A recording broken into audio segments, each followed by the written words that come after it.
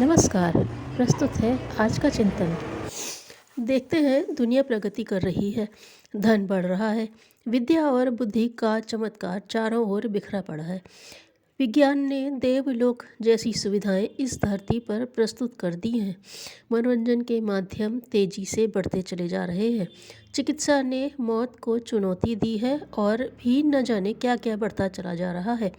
इस प्रगति के युग में न जाने कौन सी विकृति मनुष्य के भीतर घुसती बढ़ती चली जा रही है, जिससे वह सूना, खोखला, एकाकी, डरावना और खोया लुटा सा बन रहा है। न किसी के जीवन में आनंद, न उल्लास, न संतोष, न शांति। उस उमंग से दिन दिन वंचित ही होता चला जा रहा है जो आंतरिक शांति और समस्वरता के आधार पर उत्पन्न होती है, और जिसके बिना जलन, खींच और अतृप्ति ही जीवन में शेष रह जाती है। क्या खो गया आदमी से? किस अभाव में ग्रस्त है मनुष्य? यह विचारना होगा। स्वल्प साधनों में जब करोड़ों वर्षों से शांति और संतोष पूर्वक जिया जाता रहा है, तो इतने प्रचुर साधनों के रहते इतना उद्वेग क्यों? इतने असंतोष और नैराश्य का कारण क्या? सचमुच किसी बड़े अभाव ने मनुष्य पर आक्रमण किया है। सचमुच कोई बड़ी भूल हो गई है। वस्तुतः कुछ बड़ी चीज गुम गई है।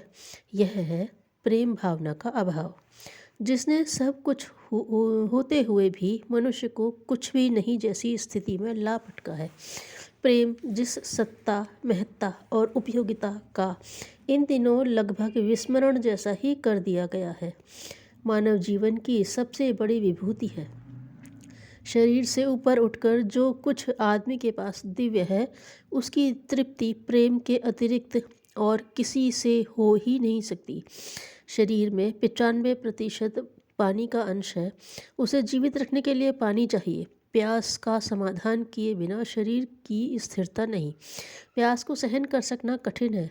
उसके बिना काया सूखती, मुरझाती, कुम्हलाती चली जाएगी और क्रमशः अपना अस्तित्व को ही गंवा देगी। शरीर से ऊपर जो दिव्य है, उसकी संरचना में प्रेम का बाहुल्य है। उसे सजीव रखने के लिए प्रेम सिंचन अनिवार्य है। यदि वह न मिल सके तो भीतर मरगट ही चलेगा। तब आंतरिक उद्वेग अंतरंग के सारे ढांचे को लड़खड़ा देगा। इसी लड़खड़ाहट के साथ आज की दुनिया जी रही है। बढ़ती हुई नशेबाजी के पीछे एक बड़ा कारण यही है कि प्रेम के अभाव से उत्पन्न अंतरंग की रिक्तता का सहन कर सकना संभव नहीं हो पा रहा है, और इस अभाव से उत्पन्न आंतरिक चीत्कार को दबाने के लिए नशे पिए जा रहे हैं। गम गलत करना ही आज की नशेबाजी का प्रमुख कारण है। नींद की गोलियां खाए बिना रात नहीं कटती। नशा पिए बिना दिन नहीं बीतता।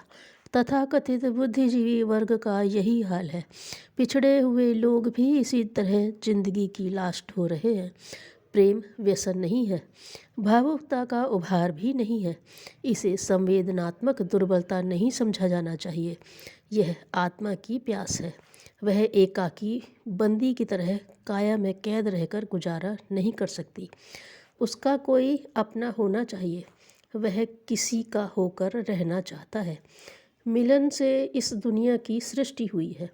ब्रह्म ब्रह्म ने माया को साथ लिया, शिव ने शक्ति का आंचल पकड़ा। इसके बिना यह विश्व उपवन अस्तित्व में ही न आता। सृजन का आधार मिलन है।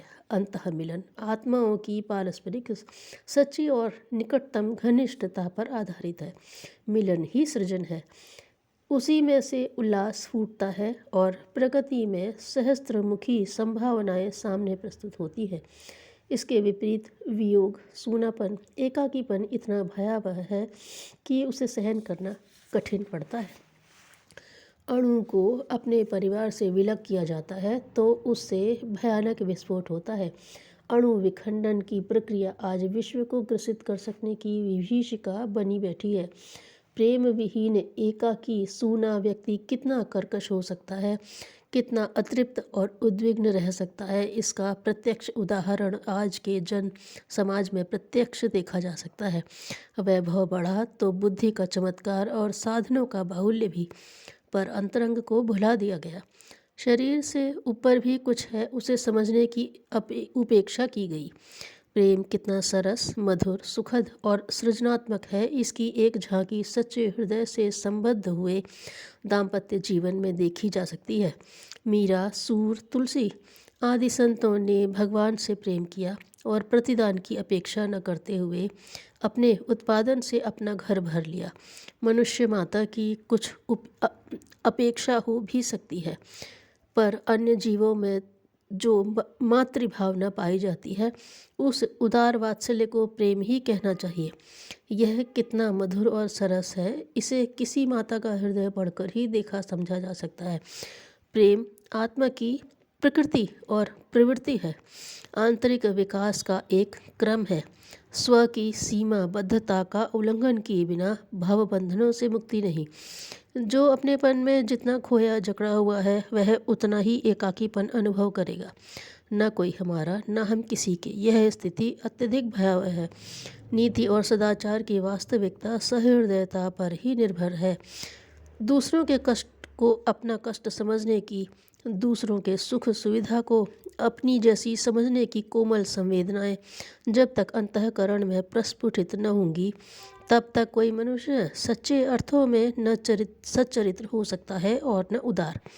दूसरों के प्रति ममता भरी कोमल संवेदनाओं के इस उभार को ही प्रेम कहते हैं। आरंभिक अभ्यास के लिए वह स्त्री पुत्रों के साथ ही सहयोगियों के, संत सज्जनों के माध्यम से भी विकसित किया जा सकता है, पर उतनी ही परिधि में उसे सीमित नहीं रखा जा सकता। प्रेम ईश्वर की तरह व्यापक तत्व है, उसे संकीर्ण सीमाबद्धता से अवरुद्ध नहीं किया जा सकता। प्रणय बंधन के समय गृहस्थ जमाने की चिंता करना उचित है, पर बाल बच्चों के माध्यम से प्रेम का क्षेत्र विस्तार करने के उपरांत उसे वानप्रस्थ के माध्यम से विश्वव्यापी बनाने का कदम उठाया ही जाना चाहिए। जो प्रेम दो व्यक्तियों तक सीमित होकर रह जाए उसे अंधा और अपंग की श्रेणी में रखा जाएगा। यह बात पुत्र मित्र आदि के संबंध में लागू होती है। इनसे स्नेह सद्भाव बढ़ाकर शुष्क प्रेम अंकुरों में हरित और पल्लवित किया जा सकता है, पर उसकी सार्थकता और पूर्णता तो विश्व प्रेम के रूप में परिणत होने पर ही संभव है। आज की आंतरिक रिक्तता प्रेम भावनाओं के कुंठित हो जाने के कारण उत्पन्न हुई है। साधन रहते हुए भी घोर दरिद्र जैसी दयनीय स्थिति में पड़े रहने का एक ही कारण है, किसी को अपना और अपने को किसी का न समझना, अपनी ही संकीर्ण स्वार्थपरता में उलझे रहना। इंद्रिय सुखों, तृष्णाओं, वैयक्तिक संपन्नता की महत्वाकांक्षाओं में उलझा मनुष्य जाल में जकड़े हुए हिरन की तरह तड़पता ही रहेगा। पर को स्व में और स्व को पर में घुलाने की प्रवृत्ति ही मानवीय संतोष और उत्कर्ष का आधार बन सकती है। इस प्रेम प्रवृत्ति को विकसित करके ही जीवन की रिक्तता और शून्यता को भरा जा सकता है। व्यक्ति और समाज में उल्लास, चरित्र और उत्कर्ष का उद्भव प्रेम प्रवृत्ति को विकसित किए बिना और किसी तरह संभव न हो सकेगा। ज्ञान और मोह का प्रसंग चल रहा था। मिलिंद ने पूछा, भंते, क्या ऐसा हो सकता है कि बार बार जन्म न लेना पड़े? उत्तर में तथागत ने कहा, जैसे भुना हुआ चना खेत में किसी प्रकार भी नहीं उगता, उसी प्रकार ज्ञान की अग्नि में मोह को जला डालने पर बार बार जन्मना मरना नहीं पड़ता। मोह ही जन्म और मृत्यु का कारण है। सत्कर्म की प्रेरणा देने से बढ़कर कोई पुण्य हो ही नहीं सकता। धन्यवाद।